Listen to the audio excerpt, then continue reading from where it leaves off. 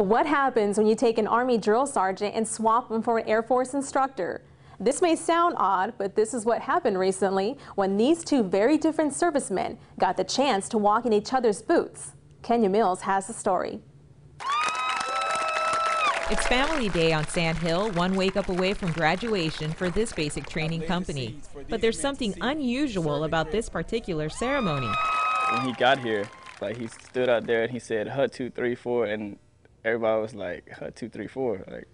It was different. Representing the United States Air Force. Air Force military training instructor Staff Sergeant Joshua Height is graduating a class of soldiers. Order discipline, sir.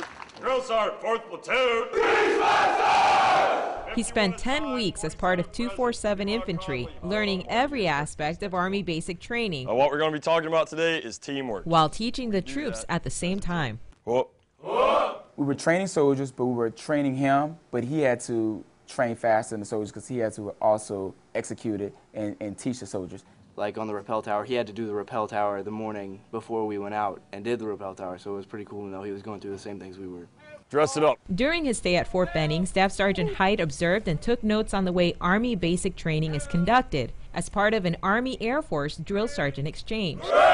And he immediately noticed a major difference in their approach. In the Air Force, we don't teach them every single task like the drill sergeant does. Actually doing the field training, we don't do that with them. We have different cadre or different TIs that teach them.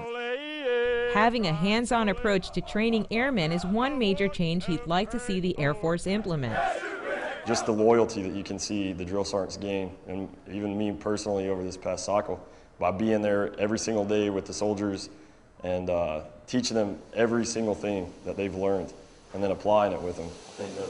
But what I gather from Staff Sergeant Height is that the Air Force focus on the MTI, focus on how he is training.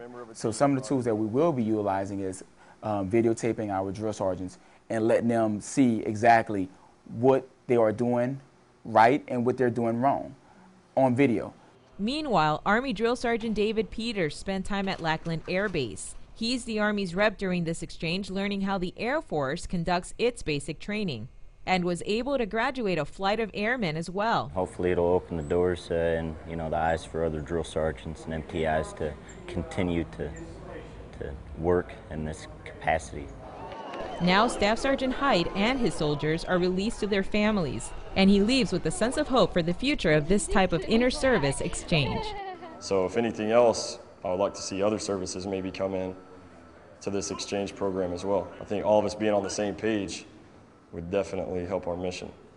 For all your missions, Kenya Mills, Fort Benning TV. Anything that you do, you're going to have to work together. You're going to have that good teamwork.